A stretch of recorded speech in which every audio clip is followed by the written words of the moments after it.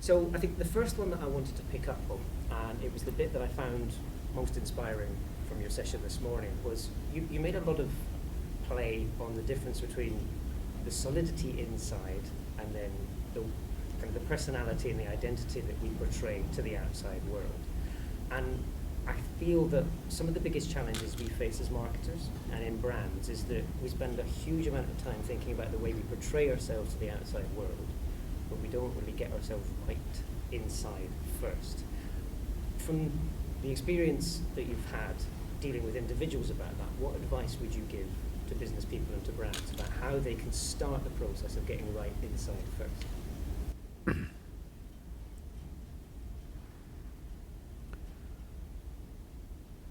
So the fundamental flaw in this entire process is, without enhancing yourself, you're trying to enhance your activity. It's like… You're from UK, eh? Scotland, yes. Scotland. You take a junk Vauxhall and try to drive it on the F1 track, it's bound to fall apart. Instead of dreaming of winning an F1 race, if you build a machine which is capable of doing whatever your intelligence allows to build, whatever kind, if you build one, then it'll do whatever it does. Whether it wins or not is subject to what others have done. Whether you win a race or not simply depends on how good or bad other people are. But when we do something, are we functioning from the highest possibility within us or from the lowest possibility or somewhere in between is a big question. And the biggest question in human life is, you do not know what is your highest possibility. For every other creature on this planet, nature has drawn two lines.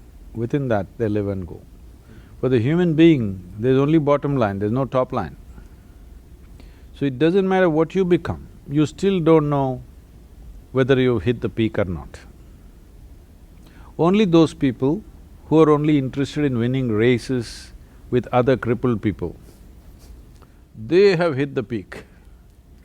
But any genuine human being who is exploring his own nature, you never know if you've hit your peak because there is still room, no matter what you have done.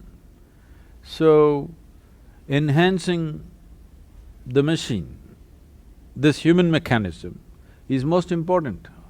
Whether you win the race or not, whether you did this or not is not important. If you have this enhanced, everything that you do will be enhanced. People around you think you're superhuman simply because everything that you do seems to be of a different nature, of a different quality that they can't imagine. Not because you're intending to do things better than other people, simply because you have spent time to enhance this one. So, this is a fundamental flaw in the attitude with which people are entering the world. Instead of building a great mechanism which will… whatever it does will be of a great possibility, people are trying to do great things, which is going to kill them.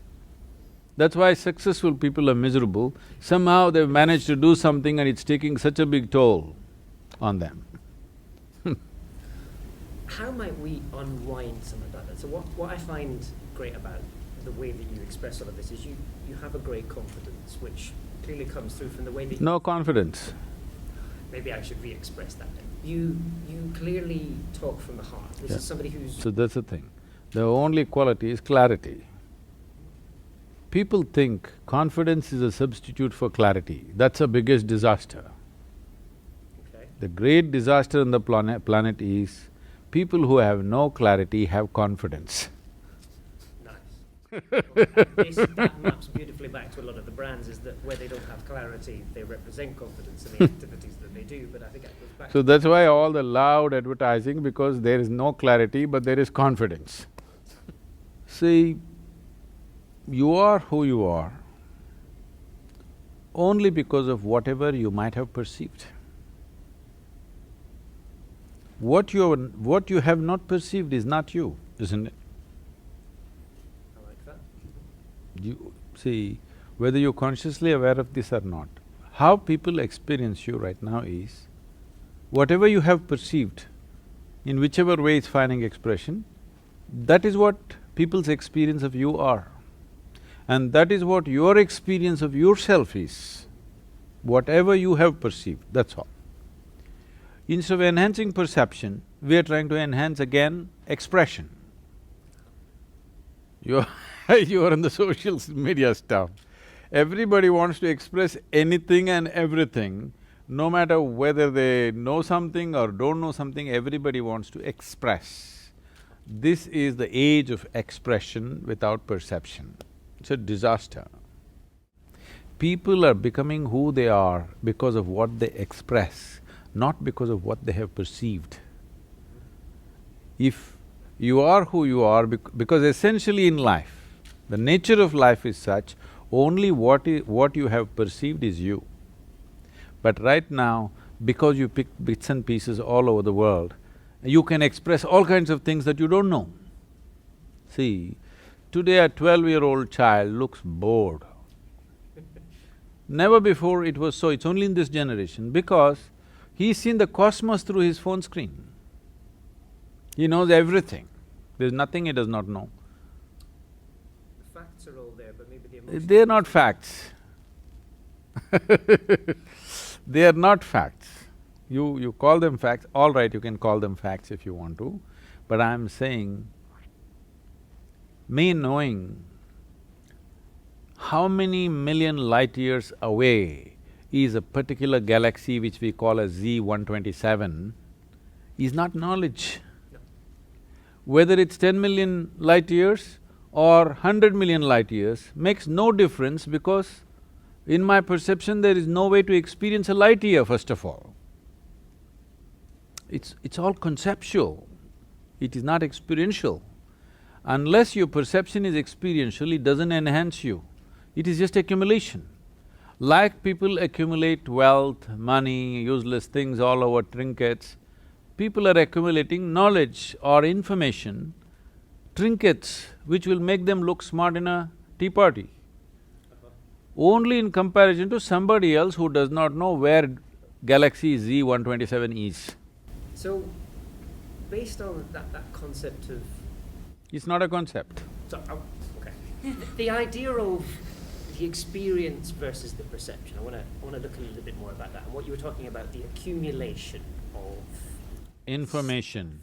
Which is a big problem for our industry. We are obsessing about things like big data, we're obsessing about all the gadgets that we collect, and we're missing that experience bit that you talk about. So we've amassed however many millions of bytes of data that the gentleman just now on stage was just talking about, but we're not using them to understand.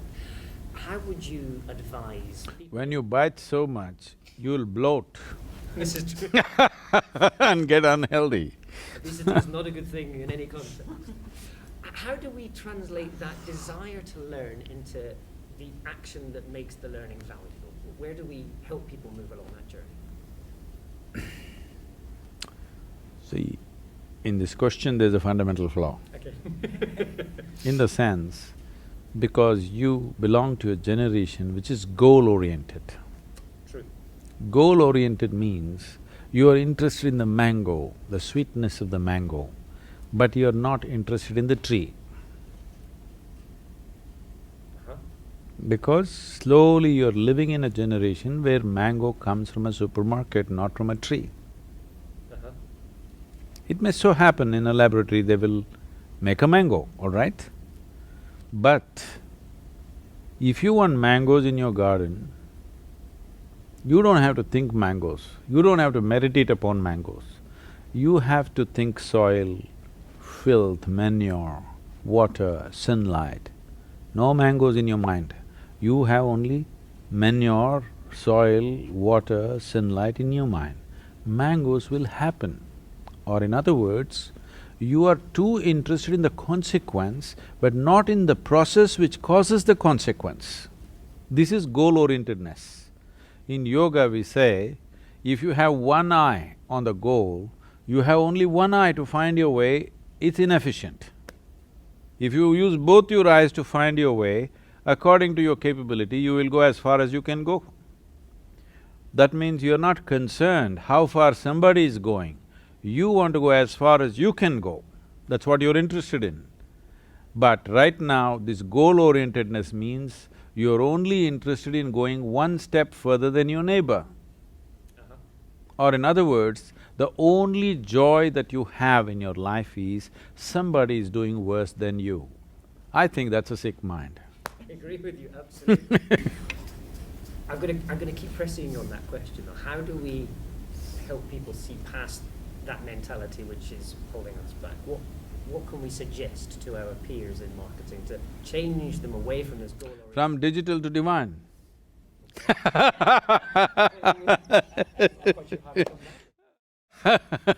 Where do we find the divine?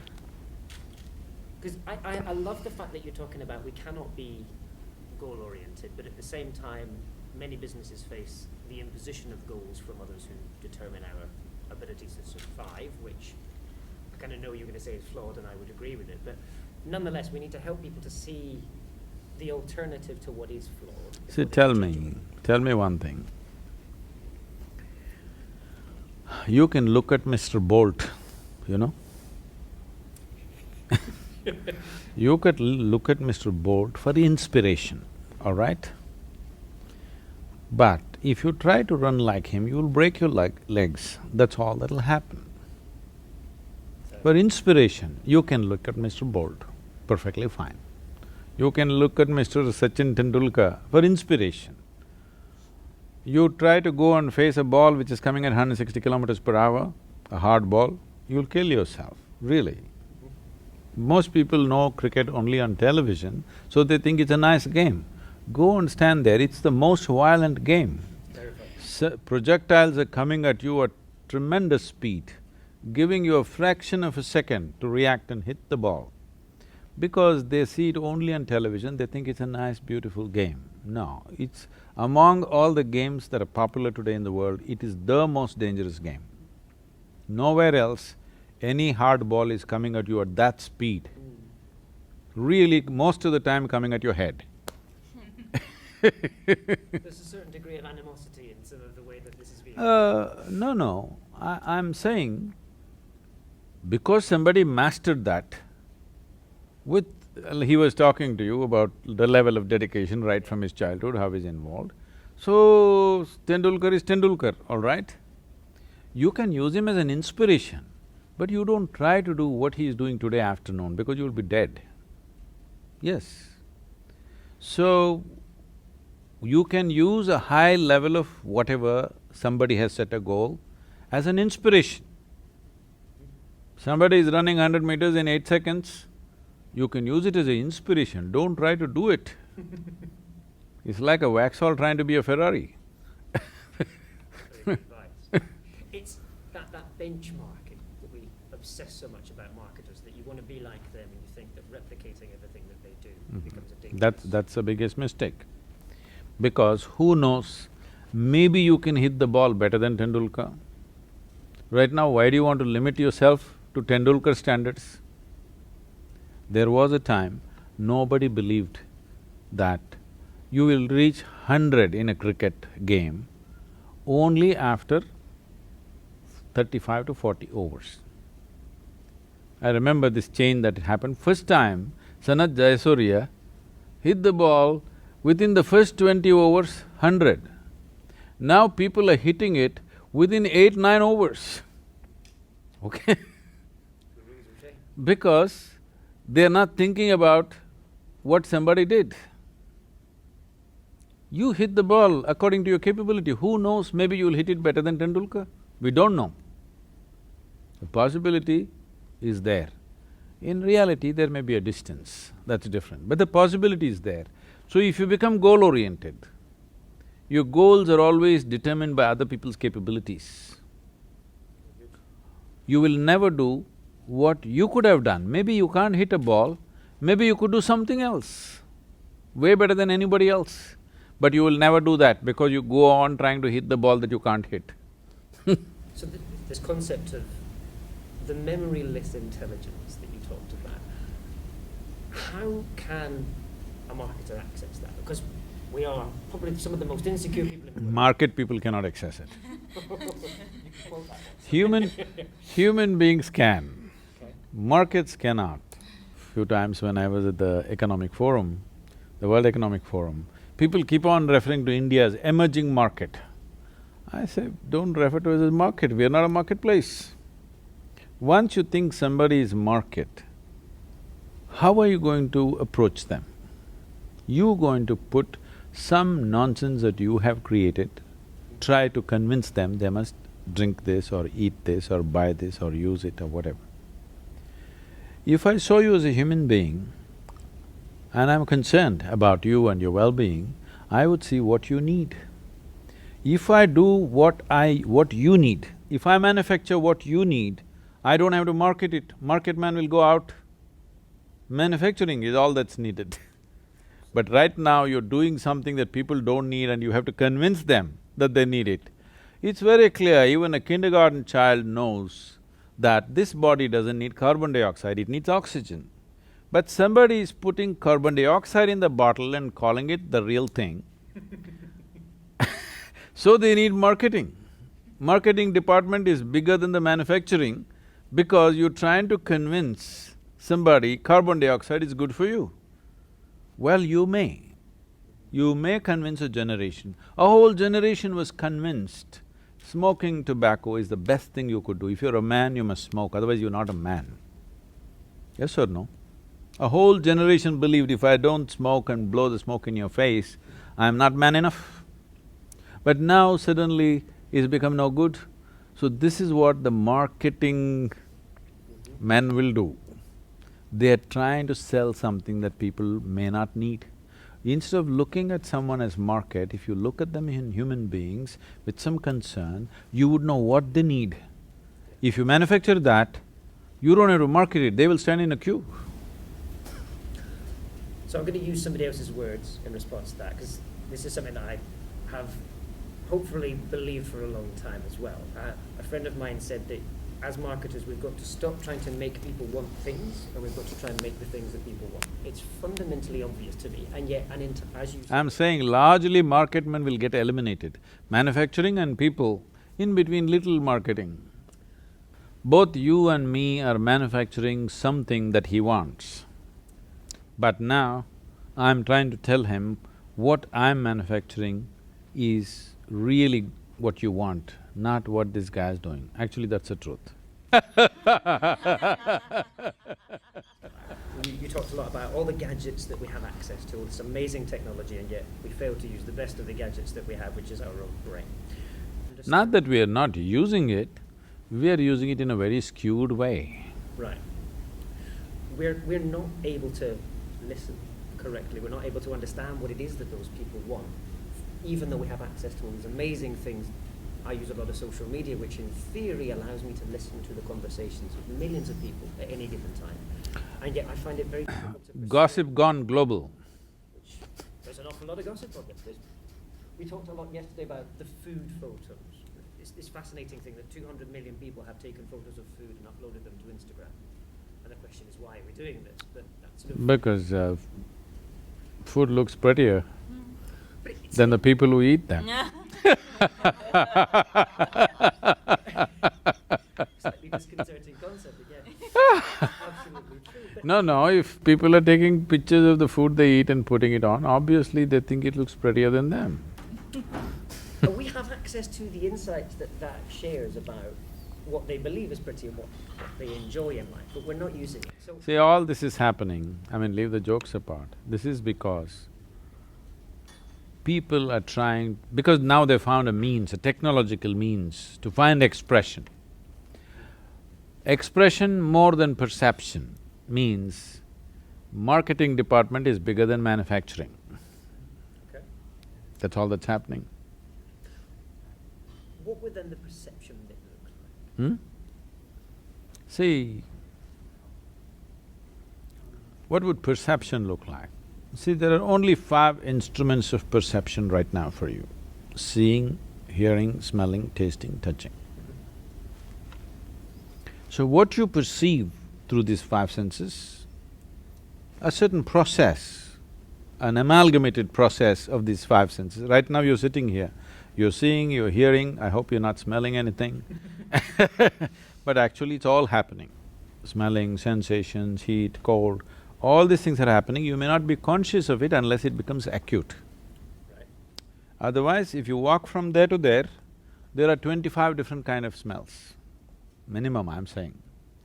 But most of the time you're not conscious of it unless something becomes very pleasant or very unpleasant. So every moment, all the 5 senses are recording phenomenal amount of information. Now the processing of this information is happening from a certain prejudice. When I say prejudice, the identity causes prejudice. If you're functioning from an identity, whatever, you are English, I'm Indian, somebody is man, somebody is woman, this is all prejudice. People think they're broad-minded, well, it's a broad prejudice. Yes, the moment you're identified with something, there is a certain prejudice attached to it, you can't help it. That's the way the intellect works, because intellect cannot function without identity. If you take away identity, your thoughts will become still. That's all it is. That's what is called meditation.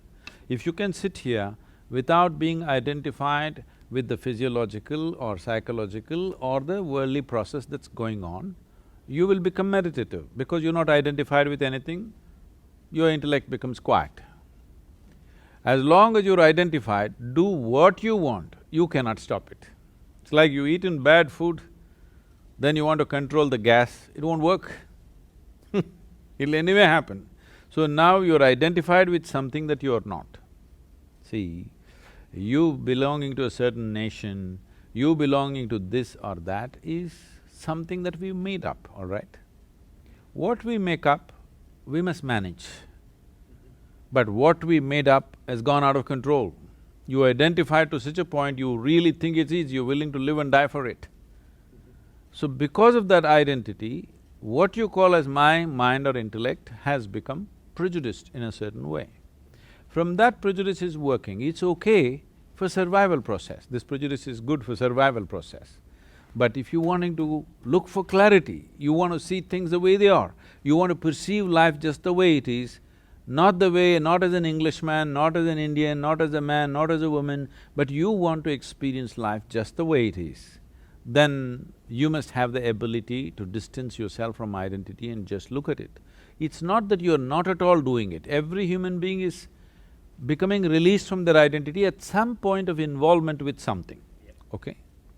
But it's not a conscious process, it's not by choice.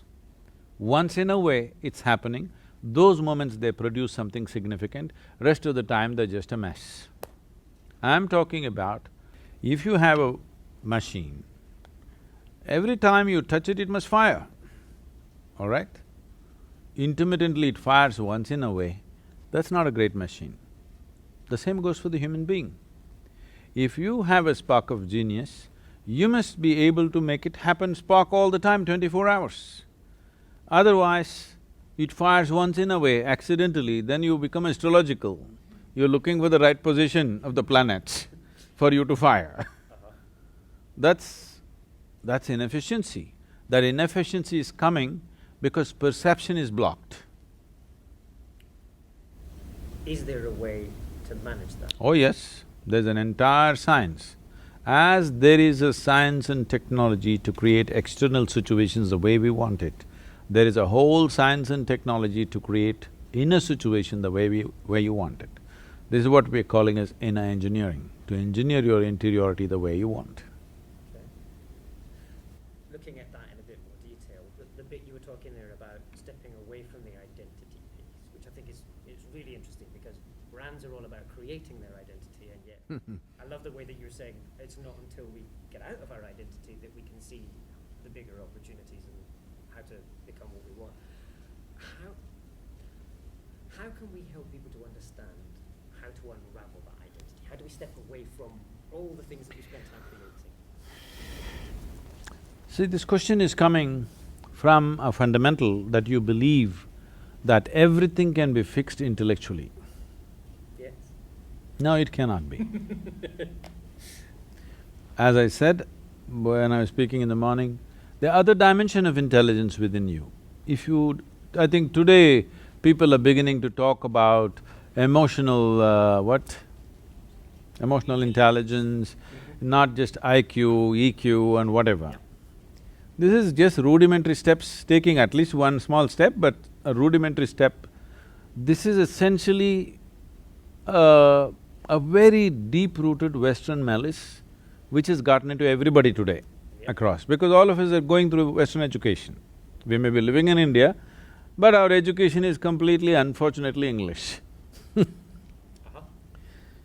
Because intellect is supreme. This is a European idea. In India, we have not given much significance to intellect because your intellect always functions from a limited data that you have gathered. Your thought process happens only from the limited data that you have. If you function from your thought process, nothing new will ever happen in your life because you're just recycling the old all the time. Maybe you can produce permutations and combinations of that. Here, our focus has always been how to enhance your perception. Don't worry about your thought, whether it looks smart or dumb, that's not the issue. How to enhance the perception. If your ability to perceive life is enhanced, naturally your ability to act in the world is naturally enhanced without any effort. If there was a very simple way that people could start to experience, because you know how people are, people like to experience it once, and once they see it, they believe it, and then they do it. What's the smallest catalyst that we can encourage our peers and our friends in the industry? We can give you a simple, a 12-minute simple process of meditation. Okay. It's available on the web, we can give you a CD, it's freely available. Millions of people have practiced this, very simple form. If they do that and if it works, they can do something more serious. Like 12 minutes. It's called Isha Kriya. You just go on the net and say Isha Kriya, it'll come up. There's a phone app, you can put it on your phone. Yoga is a technology for well-being. Very nice. Okay? Actually, the tagline is, in engineering, technologies for well-being. You don't need to believe it. Why I'm insisting is a technology is, it doesn't matter who you are, whether what gods you believe in or you disbelieve in, which part of the geography you come from, if you learn to use it, it works. That's the beauty of technology. Here, if you learn to use it, it works, and that's the nature of yoga. If you learn to use it, it'll work for you. It doesn't matter who you are, where you come from, what you believe or disbelieve. So these are technologies for well-being. Making use of external technologies to disseminate the same is a natural outcome. It's a very natural thing to do. So, for the first time in the history of humanity, our ability to reach human beings on this planet is like never before. The speed and the scope of it is unimaginable just 25 years ago or even 10 years ago, if you ask me. But people tell me, I don't know if this is factually correct, but people tell me 60% of the inner internet space is covered by pornographic material. I don't know if I'm right on the figure, but people tell me so. I think that's a crime. So, I'm making an effort. Technologies for inner well-being of the human being must dominate the space so that human beings learn how to be well. That the tools for well-being must be in the hands of every human being. The tools for well-being must be in the hands of individual human beings, not in the hands of organizations, gurus, popes, no matter what. I'm saying the tools for your well-being must be in your hands, not in my hands. Unfortunately, you left it in my hands, I'm trying to put it into your hands. So, please give us the digital support. Gladly. to make that happen. But I did want to just go back to one of the things, that it touches something that I've been frustrated about for a while, and I know you say an end to frustration, so I'm going to level this one with you and ask for some advice. This idea that the Western way of doing things is in conflict with a sense of individual, I don't know what you want to call it, enlightenment feels a little bit of a loaded word. But this idea that the Western way of looking at things, of education, of success, and all this kind of stuff, it feels, like you were saying, there's a competition to it, there's a conflict to it. How do we help people that have been indoctrinated? And I grew up in that culture, and I find it very difficult to unravel all of the things that I've learned and I've been taught and all this kind of stuff. How do we help people to get past the fear that is involved in seeing an alternative way of the entire life, because that's what everything until now has been built on? It's overcoming that fear. How do we help people to become past that? See, the basic issue is, do you want to look good or feel good or be good within yourself? A lot of the Western world sees them It's as the about same thing. looking good. Looking good is more important than what's happening within you. Even if you're a tortured human being within you, you just have to look smart and nice and like that. This has to be taken away from an early childhood. Looking good is not important. What is your experience of life? Is your experience of life great or not? This is what is important. This value change must happen. It's not something that you can change overnight in the world. But those who suffer immensely will change. I see that suffering coming because suffering is getting younger and younger. There was a time only old people used to be worried. Now you see a 12-year-old boy is seriously worried.